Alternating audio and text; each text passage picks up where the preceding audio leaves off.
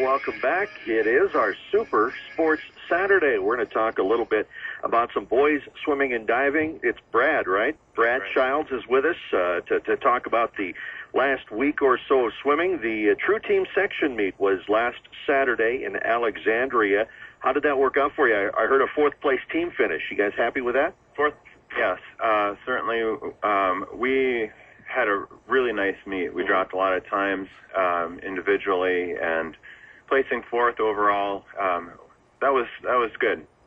Now, you guys, I know we've talked to Tom about this. Depth is an issue. You've got some great guys up top, but you're still building from those 4 and 5, those other younger swimmers. Is that maybe the reason why a fourth-place finish? Just not really the depth that you'd like yet? Well, yeah, and they're developing. And that was one of the things that I was hoping you'd bring up, in that we have developing talent, and with guys like we got Daniel Kowalski, of course Clay Danielson bringing up the junior class now at this point, but Michael Mortensen, Connor Hatfield, those guys, as they are spending more and more time in the pool, they're really weighing in. So while they're not placing high in the finishes, their times are dropping, and so we're looking forward to their future here. Oh, absolutely. I mean, the focus, there is team focus, but it's more so on individual time drops, isn't it? Absolutely, yes. Yeah. Especially at this point in the year, and we're looking at section meet coming up and state following that. So. Wow. And the True Team concept is, it's a great concept. I love it. But I was really, when I looked at this and saw the point totals, I was really impressed with where the Otters are at here, because, what was it? It was 39 points between second and fourth place. Right. That's not a big gap in a True Team meet at all. No, it really isn't. And again, we should make sure that we mention our divers did phenomenally well there. And that helps quite a bit in a meet like that when everybody scores. So it was a fun meet. It was really fun. We had one disqualification in a relay, which that would have put us into third. But, those things happen, and we just love to watch the boys get in the water and drop those times. So we had your swimmers, your captains in, was that last week? So I think we had the 3 captains in last week or the week before. Yeah, we were talking about diving and how they said, it used to be a break. We just wouldn't even watch it. He said, now we're all watching and cheering them on. Absolutely. Yeah. They have really done very well this year, worked very hard, and you can see it. It's fun to watch that development from one year to the next. And how much credit goes to Coach Hartwell and what he's done for that diving team? Because I know there was, for the longest time, one diver out there all time. Now he's got 4 solid divers, at least placing in competitions. How much of that credit goes to him? Right. I would say, since he's not here, I'd say a lot. He'd downplay it, of course, but Mike does such a fantastic job with those guys. Yeah. And credit should go to him in terms of sustaining that momentum. So keeping the kids interested, yeah. Absolutely. And that's a tough sport. It takes a lot of courage.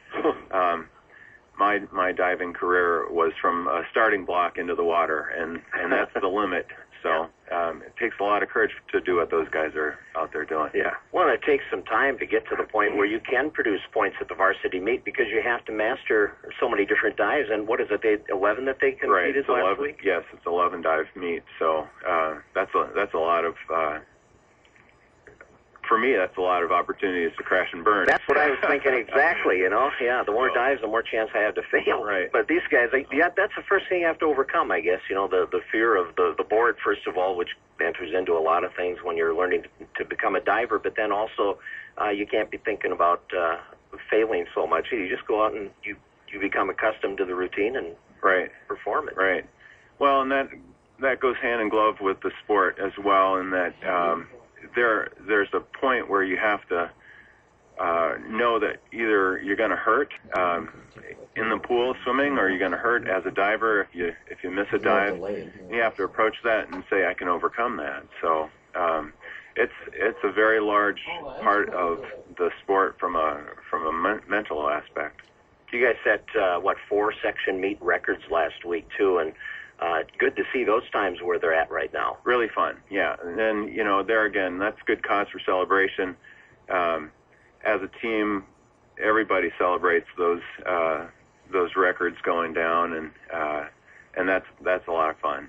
So 200 medley relay, set one of them. Joe Kitzman, Dominic Jones, Andrew Serger, and Zach House on that relay team. Is that subject to change, Brad, or is that pretty much in stone? It's not in stone. In fact, the Willmar meet, we changed that up. We had Cal Moritzen swim in there, and it's fun to have that ability to change people around. Those four guys are real quality swimmers. Putting Cal in the 200 against Willmar was really the turning point in the meet. We knew going into that race that whoever won that race, that particular relay, was going to win the meet. So what Willmar didn't know is that we had Cal in our back pocket, and boy, he has really done phenomenally well this year. It's been really fun to watch him advance again as an individual swimmer, and then contributing to a relay like that. Swims a 23.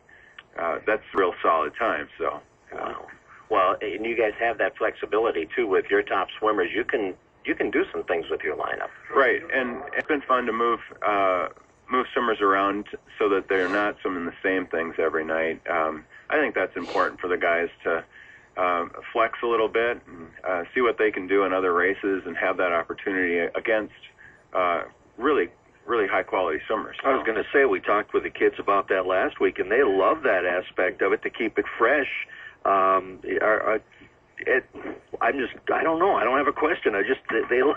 They actually like the idea of keeping it fresh and doing all kinds of things. Yeah, and oftentimes they'll come to us with some ideas and say, what if we do this? A lot of them are right on top of the opponents that we'll be swimming against in terms of what times they're swimming. So they'll come in with some ideas on their own, say, hey, maybe we should change our lineup slightly here, put one person in this event as opposed to what they normally swim. That'll open up this slot here. And right. So it's kind of fun to watch them engage in the strategy of the meet. Dominic Jones set a new section record in the 50 free, 22.88. That seems like 22. I mean, that's good. Yeah, that's and it's really fun to watch him swim too.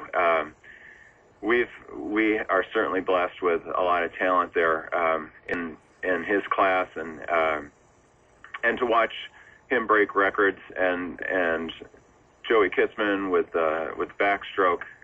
Again, it's fun to see that success throughout the team. So yeah, Joey in the backstroke and the butterfly setting second records. Right. So yeah. There's that versatility again. Just wondering what they're eating there at the Kitzman home. Yeah, so, we should all be eating that. We should all eat it. Yeah, that's right. Yeah. So. Well, that was I thought a very good showing at that section true team meet, and then to bounce back with the dual meet win over Willmar 97-88, 8 first place finishes again competing well at the top there, and you're getting you mentioned Cal Moritz and Jacob Fisher doing a great job for you, as well as Joe Kitzman and Dominic Jones. The guys are doing what you're asking them to do. They're out there taking first or second place, and as Swed said, you may be still developing the younger kids who will get the 4th and 5th place points for you. But for the Otters to win this year in dual meets, you have to get those first and seconds. Yeah, you really do. It's tough to not hit those spots and expect to walk away with a win. So. Realistically, as we walk into a meet, we sure like to compete against other teams from a dual meet standpoint. Although I would say that for the most part, we're talking to the boys about individual time drops, not to worry about the places because they inevitably will take care of that themselves. But when the times drop and you have corresponding wins, then the wins rack up against other opponents. So that's what they call having a plan come together, I think. That's right. There. That's right. Yeah. And you guys showed your depth in a couple of events. You went 1-2-5 in the 100 backstroke, scoring 11 points, and then the same in the 100 breaststroke, So you do have some depth in a couple of events that are really you can depend on meet to meet. Yes, we do. And that's it's really fun to watch those events and watch the consistency that's there with those guys. What also is really enjoyable from a standpoint is we get to watch sort of that transfer of knowledge between the older swimmers and these young guys coming up. They spend a lot of time with those younger swimmers, working on turns, working on technique type things, teaching things in the water with them that's really hard to convey from the deck. Mm-hmm. And from a peer-to-peer standpoint, I think has a different impact on a younger swimmer. So when somebody like Dominic Jones says, take your turn, do it like this instead of like you're doing, try this, they listen.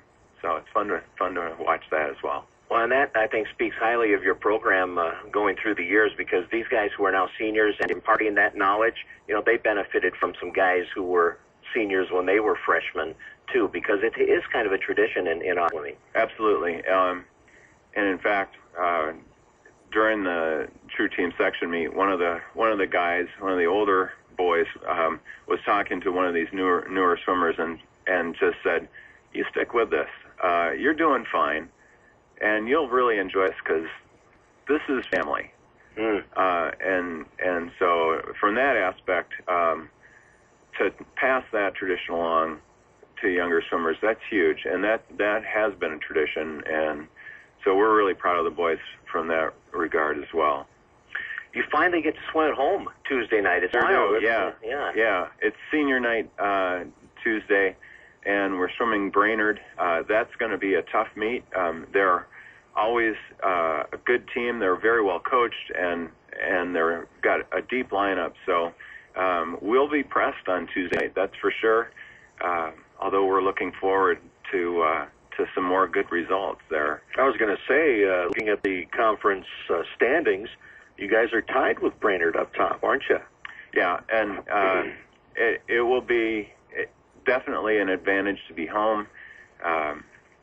We always have good turnouts for those meets when we're in town, so we appreciate that. And, all the supports that we get from parents and other fans when we're home is really great. So, will the lineup you put out there on Tuesday be the section lineup that we'll see most likely?